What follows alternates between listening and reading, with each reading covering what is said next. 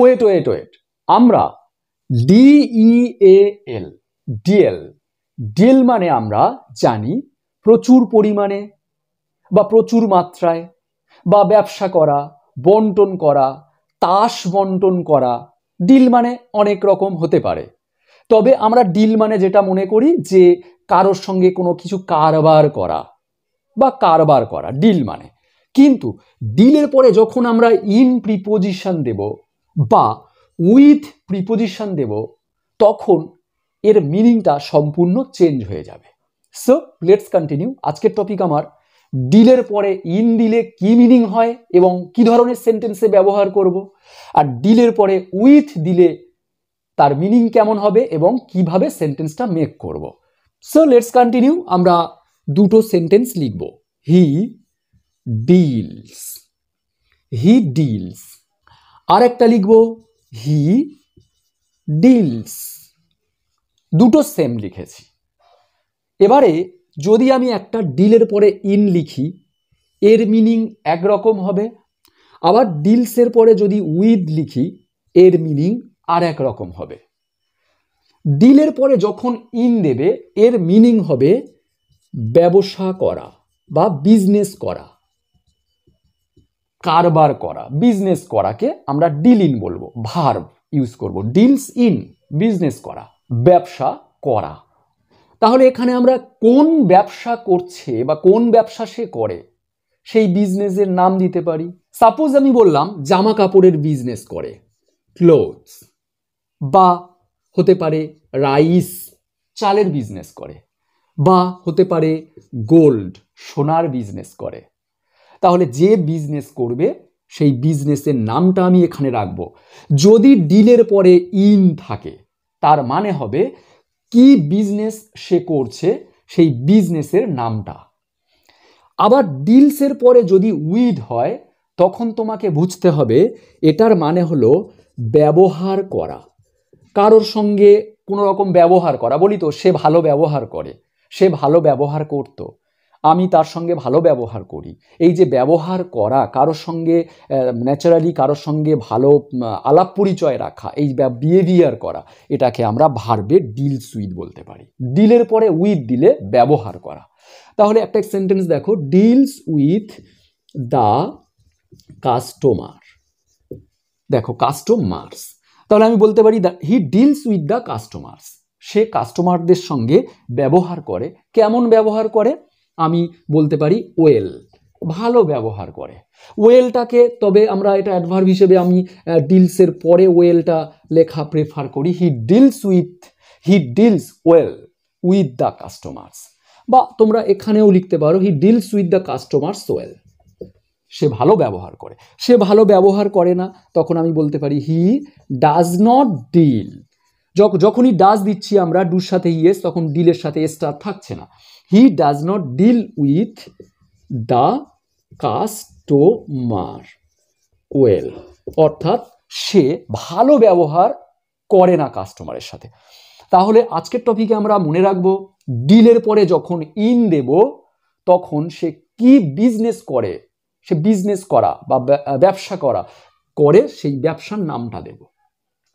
আর ডিলের পরে যখন উইথ ব্যবহার করা হবে তখন ব্যবহার করা, সে কাস্টমারের সঙ্গে ব্যবহার করে, বা সে আমার, কাস্টমার না দিয়ে উইথ মি, সে আমার সাথে ভালো ব্যবহার করে।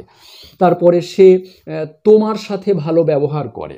তারপরে সে শিক্ষকদের সাথে ভালো ব্যবহার করে, উইথ দ্য টিচার্স। তারপরে বলতে পারি সে বড়দের সাথে ভালো ব্যবহার করে, উইথ দ্য এল্ডার্স।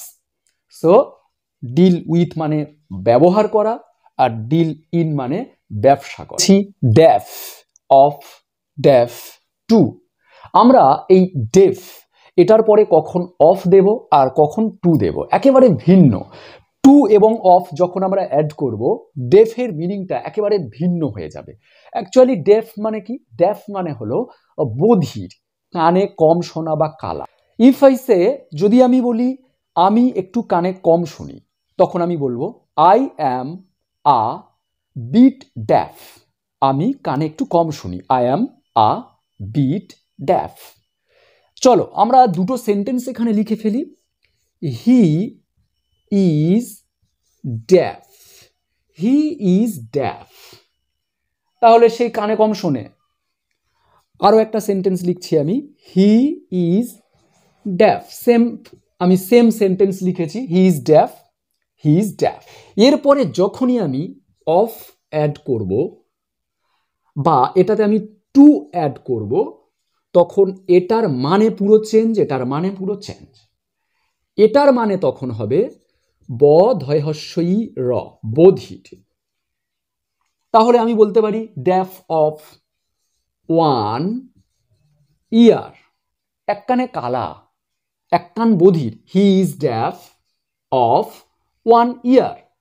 তাহলে অফ দেওয়া মানে হলো সে কানে কালা, সেটা 1 ইয়ার হতে পারে বা 2 ইয়ার্স হতে পারে। কিন্তু যখন আমি ডেফের পরে টু দেব, তখন মিনিং হবে যে কোনো ব্যক্তি শুনতে অনিচ্ছুক। শুনতে অনিচ্ছুক, ভালো করে মনে রাখো। ডেফ অফ মানে হলো কোনো একটা কানে বা কোনো দুটো কানে সে বধির, শুনতে পায় না, কালা। কিন্তু ডেফের পরে যদি আমি টু দিই, তার মানে হবে সে শুনতে ইচ্ছা নয়, মানে কান ঠিক আছে, সে শুনতে পায় কিন্তু শোনার ইচ্ছা নেই তার, তখন হবে ডেফ টু। যেমন ডেফ টু মাই রিকোয়েস্ট, সে আমার রিকোয়েস্টটা শুনতে অনিচ্ছুক। বলতে পারি মাই ওয়ার্ডস, সে আমার কথাগুলো শোনার অনিচ্ছুক। Deaf to my proposal, deaf to my proposal, সে আমার প্রস্তাব শুনতে অনিচ্ছুক। তাহলে কখনো ভুলবে না, ডেফের পরে আমরা যখন অফ দিচ্ছি, এটার মানে হবে অফ, অর্থাৎ একটা কানে বধির বা দুটো কানে বধির। ডেফ অফ মানে বধির, আর ডেফ টু মানে শুনতে পায় কিন্তু শোনার ইচ্ছা নেই। তাহলে সেটা কোন কাজ বা কোন জিনিসটা শোনার ইচ্ছা নেই, সেগুলো আমরা এখানে লিখতে পারি। সেটা হতে পারে তোমার বা আমার বা তার, কোনো ব্যক্তির রিকোয়েস্ট হতে পারে, শুনতেই অনিচ্ছুক, কোনো কথা ওয়ার্ডস হতে পারে, কোনো প্রপোজাল হতে পারে, কারোর ডাক সে শুনতে অনিচ্ছুক, কারোর অর্ডার সে শুনতে চাইছে না, মানে শুনতে পায় কিন্তু শোনার ইচ্ছা নেই। সো তাহলে ডেফের পরে কখন অফ আর কখন টু ব্যবহার হবে আমরা জেনে নিলাম। So let's write two sentences. আমি দুটো সেন্টেন্স লিখবো, চলো। He is blind. আরো একটা সেন্টেন্স সেম লিখছি আমি, হি ইজ ব্লাইন্ড। এটার মানে কি? সে অন্ধ। যখনই আমি ব্লাইন্ডের পরে অফ দেব, ব্লাইন্ড অফ, আবার ব্লাইন্ডের পরে টু দেব, ব্লাইন্ড অফ, যখনই অফ দেব এটার মানে হবে, এটার মানে যেমন আছে অন্ধ অন্ধই থাকবে। কি ধরনের অন্ধ? অন্ধ শুধুমাত্র চোখে অন্ধ এমনটা হয় না, আসবো বুঝতে পারবে। দেখো আমরা বলবো দৃষ্টি শক্তিতে অন্ধ। দৃষ্টিশক্তি যখন অন্ধ হবে চোখ, তখন আমরা ব্লাইন্ড অফ বলবো। এবং তারপরে আমরা বলতে পারি ওয়ান আই, একটা চোখে অন্ধ, ই ওয়াই ই। বা বলতে পারি ব্লাইন্ড অফ টু আইস, দুটো চোখ অন্ধ।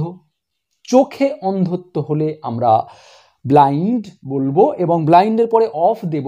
যদি একটা চোখে অন্ধ হয় তখন আমরা অফ ওয়ান আই, দুটো চোখে অন্ধ হলে অফ টু আইস। মনে থাকবে।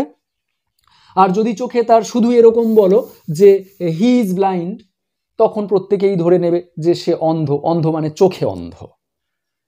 তাহলে আমি যখন চোখে অন্ধ বলতে চাইব না, সে তার দোষ দেখতে পায় না, সে তার ভুলগুলো দেখতে পায় না, সে তার পাপগুলো দেখতে পায় না, মানে নিজের ভুল নিজে দেখতে পাচ্ছে না। আমি চোখে দৃষ্টিশক্তিতে দেখতে পাই কিন্তু নিজের ভুলগুলো নিজে দেখতে পাচ্ছি না। এই দেখাকে আমরা তখন কি বলবো? না দেখতে পাওয়া। তখন আমরা দেখো, এবারে দেখো ব্লাইন্ড টু যখন বলবো তখন দোষের অন্ধ, মানে যে নিজের দোষ নিজে দেখতে পায় না। যেমন blind to his own fault.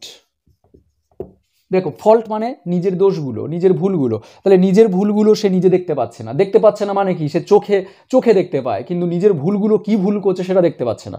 তখন আমরা বলবো blind to his own faults. বা হতে পারে blind to his own mistakes.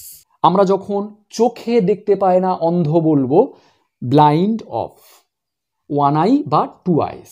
আর যখন তার নিজের ভুল, নিজের দোষ এগুলো দেখতে পাচ্ছে না, সেদিক থেকে অন্ধ, তখন বলবো ব্লাইন্ড টু। আর যদি আমরা শুধু ব্লাইন্ড বলি, হি ইজ ব্লাইন্ড, তাহলে এটা ব্লাইন্ড মানেই অন্ধ। যে কেউ ভাববে যে সে চোখে দেখতে পায় না, কিন্তু নিজের ভুল নিজেই দেখতে পায় না। এটা বলতে গেলে আমাকে অবশ্যই ব্লাইন্ডের পরে টু রাখতে হবে, তারপরে ফল্ট, মিস্টেক, সিনস, পাপ এগুলো রাখতে হবে। So thanks for watching, bye bye.